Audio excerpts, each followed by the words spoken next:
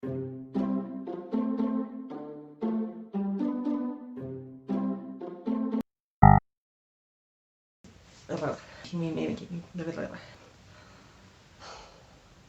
remember what's in the recipe.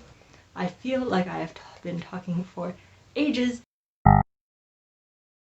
Hello everyone, thank you so much for coming or for coming back.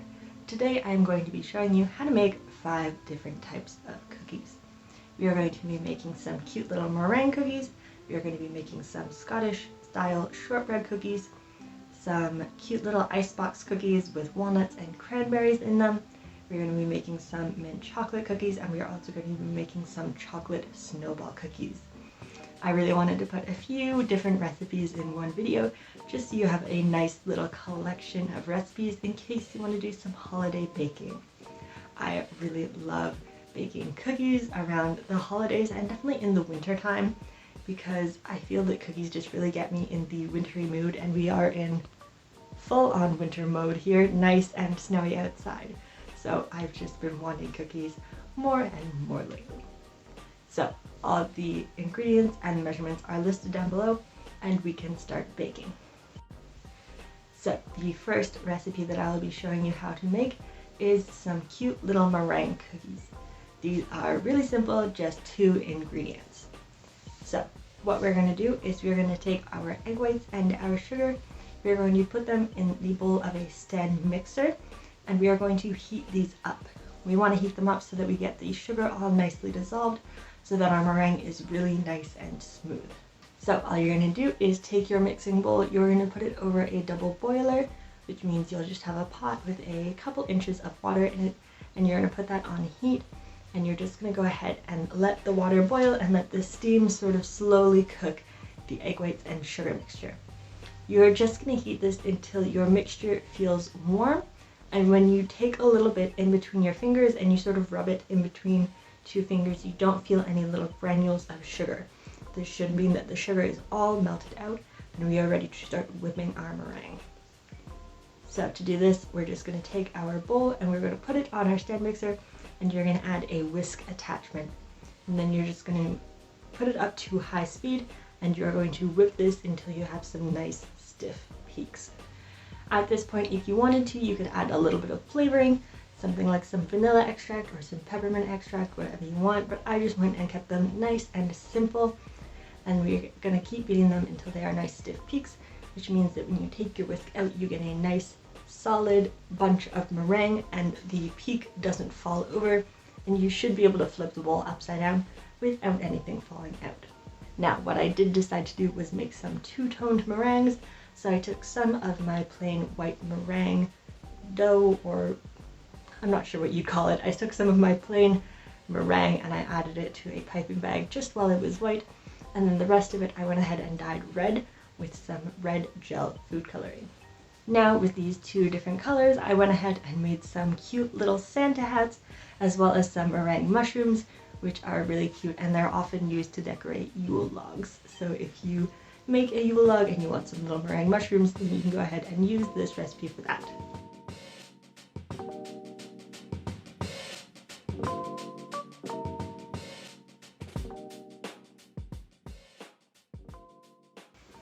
So once our meringues are all piped out onto some parchment paper, you're just going to go ahead and throw them in a 250-degree oven for about 40 minutes to an hour.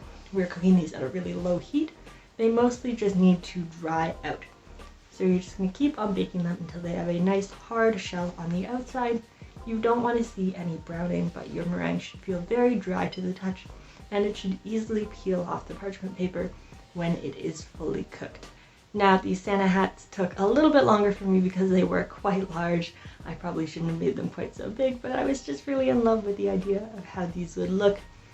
So once they were done, they were ready to go, and for my mushrooms, all I had to do was poke a little hole in the bottom of the hat so that I could fit it on top of the standing part of the mushroom, and then they were all done. These meringue cookies are really nice and crispy on the outside, but when you break them open, they're sort of pillowy and marshmallowy almost, and they are really super tasty and just a really fun little snack to have around the holidays. The next cookie I'm going to be showing you how to make is our Icebox cookie. So we are going to make our dough and then we are going to freeze it. And this can be frozen for up to a month, and you can take it out and slice it into nice little cookie slices whenever you want and bake them up into cookies, just so that they are nice and fresh and ready to go whenever you need them.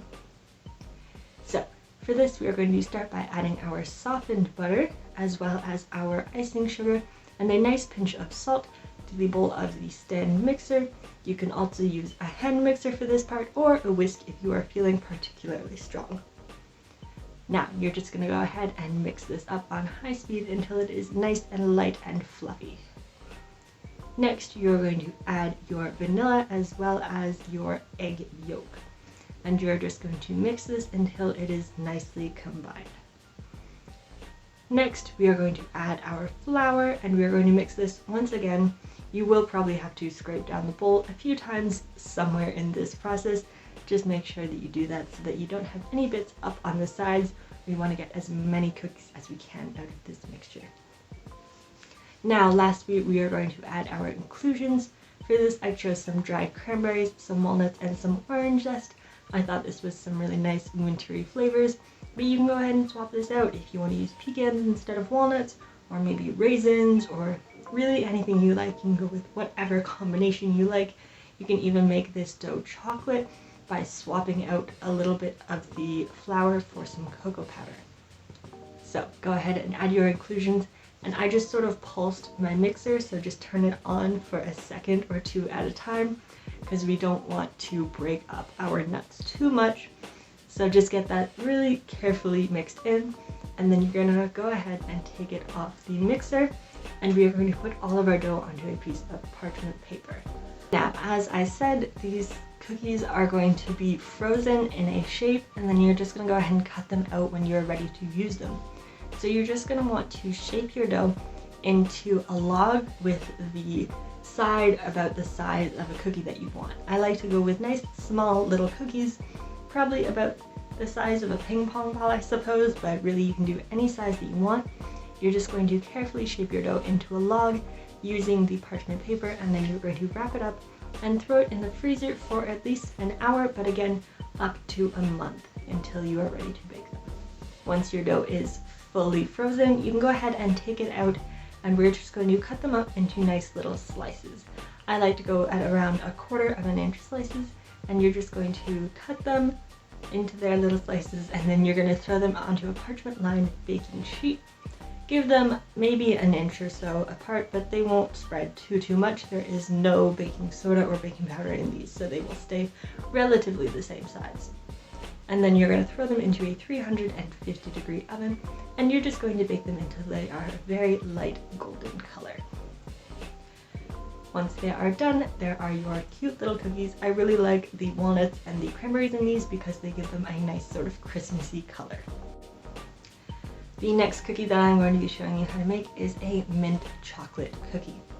So for this we are going to start by making a pretty simple cookie dough. So for this you're going to go ahead and put your butter and your sugar into the bowl of your stand mixer again, or if you want to use a hand mixer, or again you can do this by hand if you are feeling that strong and that courageous, but I was using a mixer because I was feeling particularly lazy. So just go ahead and add your butter and your sugar to a mixer. Go ahead and mix it on high speed until it is nice and soft. Then you're going to go ahead and scrape down the bowl, and then you can add your egg yolk and your flavoring. Now, like I said, I'm doing a mint chocolate cookie, so I used a little bit of a peppermint extract. And you're going to mix this once again until it is nicely combined. Make sure to scrape down the sides of the bowl again if you need, and then we're going to add our flour. Just mix this once more and it should form a nice dough. Now you're going to go ahead and take this out of the bowl, and you're just going to form it into a sort of flat disc, and we're going to wrap this up and we're going to chill it in the fridge for about 20 minutes to a half hour until it is nice and firm so that we can roll it out into our cookies. Now these are going to be a sandwich cookie, so we're going to cut out 2 little discs for each cookie. You can pick any size or any shape that you like. I chose this nice little fluted circle. I also made a cutout using a really mini gingerbread cutout cookie cutter. that I had. So just go ahead and cut out all your cookie pieces and put them on a parchment-lined baking sheet. These are going to go into the oven at 350 degrees until they are a nice light golden brown. Once you take them out, you're going to let them cool down completely before we add our filling.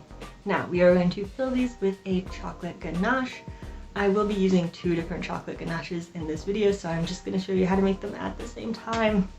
So you're just going to go ahead and put your chocolate and your butter into a microwave safe bowl, and you're just going to microwave it in sort of 30-second bursts, stirring after every 30 seconds until it is completely melted. You should have something that is nice and liquidy and flowy. Now, for these cookies, we are going to let our ganache cool until it is quite a sort of thick consistency, because we want to be able to spread these onto our cookies without everything falling off the sides. So if you are in a hurry or if you're impatient like I am, then you can go ahead and pop it into the fridge and give it a stir every 5 or so minutes just to make sure that it is cooling at an even rate. And once it looks thick, like peanut butter almost, we are ready to spread it onto our cookies. So all you're going to do is add about a teaspoon to the bottom half of your cookie, and then you can go ahead and press the top half on top. And then what I did was I filled in my little cutout with some little crushed candy cane pieces. This is optional, or you can use sprinkles or whatever you have on hand for this. And that is our cute little peppermint sandwich cookie. The next cookie that I will be showing you how to make is a Scottish style shortbread cookie. So for this, we are going to start once again by adding our butter and our sugar, as well as a pinch of salt in the bowl of our mixer, and we are going to put that onto our stand mixer, and we are going to mix it on high speed until light and fluffy. Now, once it is all nicely mixed together, we are going to add our flour as well as our rice flour. Rice flour adds a nice little bit of a texture sort of difference versus a regular cookie. It's really nice and soft. There is no gluten in rice flour, so it just helps you get a really nice crumbly soft cookie. You're just going to mix this until it is fully combined and it forms a nice smooth cohesive dough. Now, this gets baked in a pan instead of a tray. So you're going to find a 9x13 pan or something really similar, and you're just going to go ahead and line it with parchment paper, and then you're going to press the dough out into one nice even layer. Now, before baking, we are going to score this. So I scored it into 4x3 sort of grid. I will flash up a little graphic just so that makes sense. Just use like a knife or something similar just to get a sort of outline so that you know how to cut them exactly when they come out of the oven. Next, we are going to use a fork to make nice little holes on each cookie. So you're just going to use your fork and you're going to poke 3 different fork holes into your cookie on every single one. Finally, you're going to brush this with just a little bit of water, and then you're going to sprinkle all over the top with some nice sugar. If you have sanding sugar, you can go ahead and use that, but I was just using some regular granulated sugar. Now, this is going to go into the oven at 325 degrees. These bake for about 20 to 30 minutes until they are just a very, very light golden brown color. Once they're done, you're going to take a nice sharp knife while the cookies are still hot, and you're going to cut through the score lines to separate your cookies. And there are your cute little Scottish style shortbread cookies. The last cookie I'll be showing you how to make is a dirty snowball cookie, as we call it, or just a chocolate snowball, or whatever you want to call it. So this is the first one that I'll be using just my hands and not a stand mixer, because it is no easier to do it in a mixer than it is to do by hand. So you're going to start by adding your chocolate and your butter to a microwave safe bowl, and you're just going to microwave it in 30-second intervals, stirring every 30 seconds just until your chocolate and your butter is completely melted. Then you're going to add your sugar, and you're going to stir it once again. You want the sugar to, it won't completely melt, but you want to make sure that the sugar is fully combined before we add our next ingredients.